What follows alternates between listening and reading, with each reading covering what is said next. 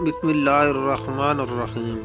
آپ صلی اللہ علیہ وآلہ وسلم نے فرمایا، جب کسی کے گھر بیٹی پیدا ہوتی ہے تو اللہ سبحانہ و تعالی فرماتے ہیں، اے لڑکی تو زمین پہ اتر، میں تیرے باپ کی مدد کروں گا۔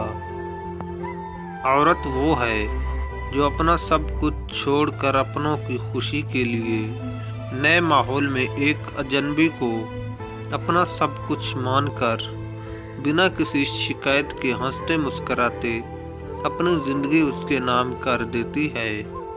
عورت تو وہ ہے جس کے نہ ہونے سے جنت بھی بے رنگ ہے۔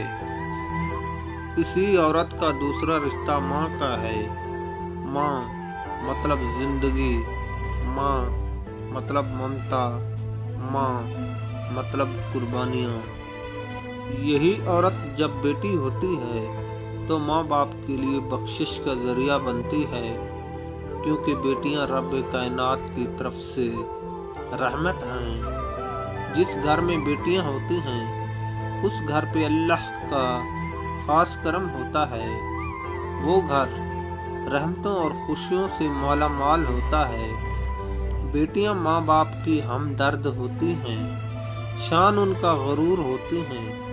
بیٹیوں سے ہی گھر میں رونق ہوتی ہے۔ عورت پھولوں کی خوشبو جیسی ہوتی ہے، جس کے دلکش رنگوں اور خوشبو سے کائنات مہک رہی ہے۔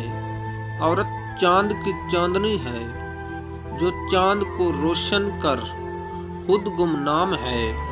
عورت پانی کے بلبلے جیسی نرم و نازک بھی ہے جو ایک تلخ لہجہ سے ٹوٹ جاتی ہے، تو وہیں رضیہ سلطانہ جیسی دلیر بھی ہے۔ عورت کو دل سے سمجھنا چاہو تو آسان کھلی کتاب ہے، ورنہ ان سلجھی پہلی اور سمندر سے بھی گہری ہے، جس کا اندازہ آج تک کوئی نہیں لگا سکا۔ یہی عورت بہن کے روپ میں دعا کی طرح ہے، جو ہر حال میں اپنے بھائی بہنوں کے لیے خیر چاہتی ہے۔ ہر مشکل وقت میں ڈھال کی طرح ہے، جو وقت آنے پر ساری دنیا سے لڑ جاتی ہے، دوست بن کر اور ہمراز بھی ہے۔